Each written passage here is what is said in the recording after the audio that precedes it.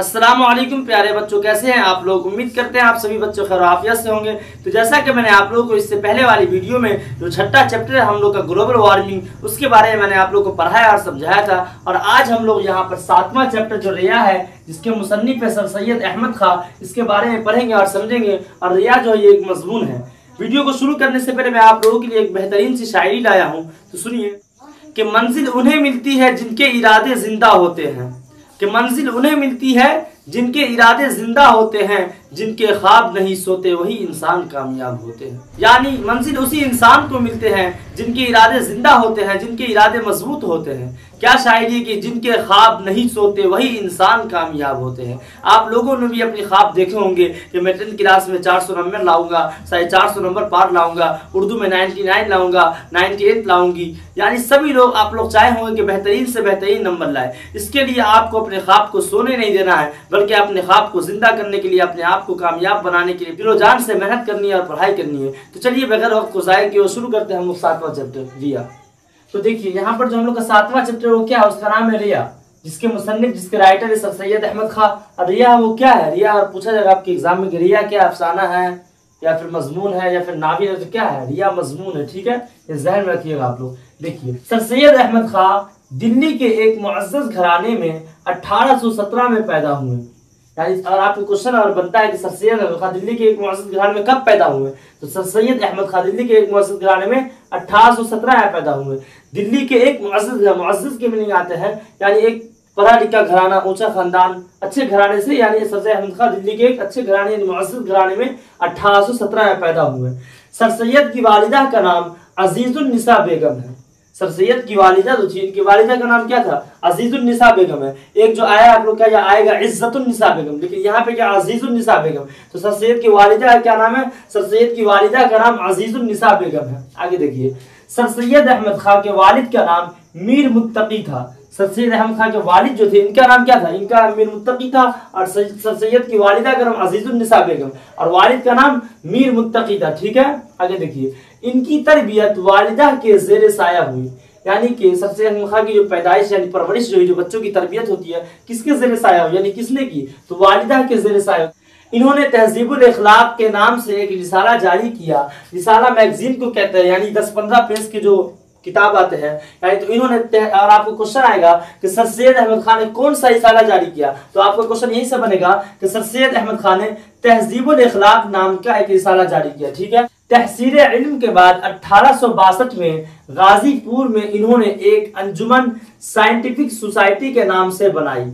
यानी कि तहसील इल्म यानी इल्म हासिल करने के बाद सर सैयद अहमद खान जब इल्म हासिल कर लिया 1862 में, तो इन्होंने गाजीपुर में कहा, गाजीपुर में इन्होंने एक अंजुमन यानी संगठन जिसको बोलते हैं, वो एक नाम किस नाम से बनाया था, साइंटिफिक सोसाइटी के नाम से बनाया था। कब, तहसील इल्म यानी पूरी तरीके से तालीम हासिल कर लिए तो 1862 में कहा, गाजीपुर में इन्होंने एक अंजुमन साइंटिफिक सोसाइटी के नाम से बनाई। किस नाम से बनाई थी, साइंटिफिक सोसाइटी के नाम से। ठीक है, 1869 में वो इंग्लिस्तान गए। सर सैयद अहमद खां 1869 में इंग्लिस्तान गए। ठीक है, इन्होंने अलीगढ़ में एक स्कूल खोला। किन्होंने, सर सैयद अहमद खान ने अलीगढ़ में एक स्कूल खोला।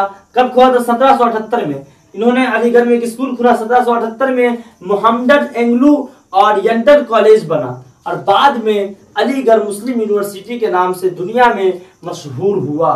यानी सर सैयद अहमद खान जो अलीगढ़ मुस्लिम यूनिवर्सिटी, ये एक बहुत ही बड़ा यूनिवर्सिटी है जहाँ बच्चे लोग जाते हैं तालीम हासिल करने के लिए। जामिया मिलिया इस्लामिया हो गया, जेएनयू हो गया, अलीगढ़ मुस्लिम यूनिवर्सिटी, ये सब एक बहुत ही बड़ा यूनिवर्सिटी है जहाँ बच्चे तालीम हासिल करने के लिए जाते हैं। तो उसी सर सैयद अहमद खान ने जब ये स्कूल खोला था तो किस नाम से, सबसे पहले जब उन्होंने खोला था 1878 में, तो मोहम्मद एंग्लू ओरिएंटल कॉलेज के नाम से, मोहम्मद एंग्लू ओरिएंटल कॉलेज के नाम से बना। और बाद में यानी कोई भी, देखिए आप लोग, कोई भी इंसान अपनी जिंदगी में कामयाबी हासिल करता है, एक ही मरतबा कामयाबी हासिल नहीं कर लेता, धीरे धीरे सक्सेस मिलता है, फिर उसके बाद आगे जाकर वो कामयाब होता है। तो इसी तरीके से सर सैयद अहमद खान जो थे 1869 में वो मोहम्मद एंग्लो ओरिएंटल कॉलेज के नाम से बना। आगे चलकर अलीगढ़ मुस्लिम यूनिवर्सिटी के नाम से दुनिया भर में मशहूर और आज तक मशहूर है। आज ही बच्चे लोग यहाँ तालीम हासिल करने के लिए जाते हैं, बेशुमार बच्चे। देखिए आगे, 1878 में इन्हें सर का खिताब मिला। सर का खिताब मिला यानी खिताब कहते हैं जो सरकार की तरफ से जो नाम दिया जाता है, यानी हुकूमत की तरफ से, उसी को खिताब बोलते हैं। तो 1878 में इन्हें सर का खिताब मिला। क्यों मिला था? इतना बड़ा एजुकेशन के मामले में काम करते हैं। मोहम्मद इंटर कॉलेज बना और आगे चल के अलीगढ़ मुस्लिम यूनिवर्सिटी के नाम से मशहूर हुआ। तो इतने बड़े काम के हुकूमत जो रहती है, जो हुकूमत जो हिंद जो है, वो खिताब यानी सर का खिताब इन्हें दिया गया। इनका नाम क्या है? सैयद अहमद खान। लेकिन ये सर जो है ये किसकी तरफ से मिला है? ये हुकूमत की तरफ से। तो इनका नाम 1878 में ये सर का खिताब मिला, तो इन्होंने अपने नाम के साथ जोड़ लिया सर सैयद अहमद खान। ठीक है। उसके बाद देखिए इनकी तसानीफ में आसारुस सनादीद और असबाबे बगावत हिंद खास तौर पर काबिल जिक्र है। यानी इनकी तसानीफ में सबसे काबिल जिक्र जो किताब जो तसानीफ है वो क्या है? आसारुस सनादीद है। और दूसरा क्या है? असबाबे बगावत हिंद। ठीक है।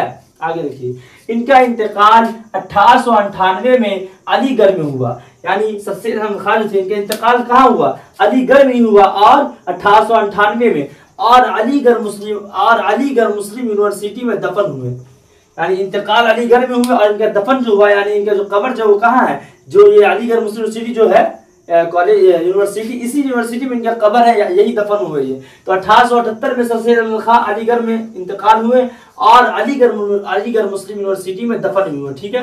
यहाँ तक मैंने आप सभी लोगों को सर सैयद अहमद खान के बारे में जो भी था मैंने आप लोगों को समझा दिया। अब हम लोग यहाँ पर रिया जो है, रिया चैप्टर के बारे में जो सर सैयद अहमद खान ने लिखा है उसके बारे में हम लोग समझ लेते हैं। ठीक है। देखिए यहाँ पे जो हम लोग का मजमून जो वो क्या है? वो रिया है। रिया एक मजमून है। रिया एक अरबी लफ्ज है। रिया एक अरबी लफ्ज है जिसके माना दिखावा क्या आते हैं, जिसके मीनिंग क्या आते हैं? दिखावा की, नुमाइश करना, यानी ऐसा अमल करना जो लोगों को दिखाने के लिए हो, जिसके मीनिंग ये आते हैं रिया के। अब सर सैयद अहमद खान ने रिया के बारे में क्या बताया उसको समझिए। देखिए रियाकारी जो है एक दिमाग की एक अंदरूनी खराबी है, ये तो इसके बारे में बताया। लेकिन रियाकारी जो है इसमें दो चीज पाया जाता है। यानी जो इंसान आपको और शरीफ दिख रहा है हकीकत में, लेकिन वो शरीफ होता नहीं है। यानी एक वो इंसान है जो वाकई में शरीफ है लेकिन वो अपने आप को शरीफ जतलाता नहीं है या फिर लोगों को दिखाता नहीं है। और एक उस टाइप का इंसान होता है जो होता तो है बदमाश, शरारत, लेकिन लोगों के सामने इतना शरीफ बनकर रहता है कि लोगों को लगता है कि एकदम काजी नमाजी है, एकदम शरीफ है, इससे बड़ा शरीफ कोई है नहीं। तो एक ये समझ में आता है एक शरीफ इंसान एक शरीफ इंसान है जो अपने आप को शरीफ दिखलाता नहीं, एक बुरा इंसान जो अपने आप को शरीफ दिखलाता है। तो इन दोनों का तो समझ में आता है। लेकिन इसके अलावा एक तीसरा इंसान भी होता है जो इन दोनों से बहुत खतरनाक होता है। सर सैयद अहमद खान ने जो बताया, यानी वो इंसान जो रियाकारी करता है, यानी कि वो इंसान जो अपने अमल को दिखाने के लिए, लोगों को दिखाने के लिए करता है। मिसाल के तौर पे कोई इंसान नमाज पढ़ रहा है, कुरान पढ़ रहा है इस नियत से कि मेरे अब्बू, मेरे घर वाले, मेरे दोस्त, मेरे यार मेरी तारीफ करेंगे कि देखो नमाज पढ़ता है, कितना नमाज पढ़ता है, कुरान पढ़ता है। ऐसे ही कोई लोग और किसी मस्जिद में पैसा दे दिया या किसी गरीब की शादी करा दी और गरीब की शादी करा दी कि मेरी तारीफ हो, ये नियत अगर है तो फिर समझ लीजिए कि वो दिखावा है। ये दिखावा एक गलत है। रियाकारी में दिखावा करना बहुत बड़ा गुनाह है, क्योंकि हमारे नबी की एक हदीस भी है कि इन्नमल अमालु बिन्नियात, यानी अमाल का दारो मदार नियतों पर है। आप जो भी काम करें आपकी नियत बहुत मायने करती है। आपके सारा नियत, सारा अमाल आपकी नियत से जुड़ी हुई, आपकी नियत जैसी रहेगी वैसा आपका अमाल तोड़ा जाएगा। ठीक है। तो वही सर सैयद अहमद खान ने बताया कि रिया मतलब दिल में कुछ रहेगा उसके और जबान पे कुछ। यानी कि वो इंसान, यानी जैसे मिसाल के कोई इंसान किसी को बोल रहा है कि भाई नमाज पढ़ो, कुरान पढ़ो, झूठ मत बोलो, गाली मत दो, और खुद वो इंसान झूठ बोलता है, नमाज पढ़ता है, नमाज नहीं पढ़ता है, गाली देता है। यानी दूसरों को तो नसीहत कर रहा है और खुद उस चीज से मतलब बच नहीं रहा, खुद वो चीज कर रहा है। यानी दिल में कुछ है और जबान पे कुछ है, समझ रहे हैं। अब सर सैयद अहमद खान ने दोस्त के बारे में बताया कि दोस्त जो है वो बातिनी दुश्मन है और दुश्मन जो है वो एक अच्छा दोस्त है। इसको समझिए। दोस्त यानी आज के जमाने में जो दोस्त लोग हैं, आप खुद सोचिए, मान लीजिए कि आपका कोई साथी है, दोस्त यार है, और आपका मान लीजिए इम्तिहान में जो अभी 10th का एग्जाम होगा आप लोग का, तो आपकी हैसियत, आपकी मेहनत के एतबार से आपको लग रहा है कि हम 300 नंबर ले आ पाएंगे मिसाल के तौर पर। लेकिन आपका एक दोस्त है वो बोलता है यार तुम्हारे इतना तो मेहनती कोई इंसान नहीं यार, तुम्हारा तो आराम से इस मरतबा 400 नंबर पार आएगा। यानी अपने आप को आपको इतना कॉन्फिडेंस दे रहा है, लेकिन आपकी हकीकत जो क्या है वो 300 तक ही महदूद है। लेकिन फिर भी आपको बोल रहा है कि 400 तक नंबर ला सकते हो, भाई 450 ला सकते हो।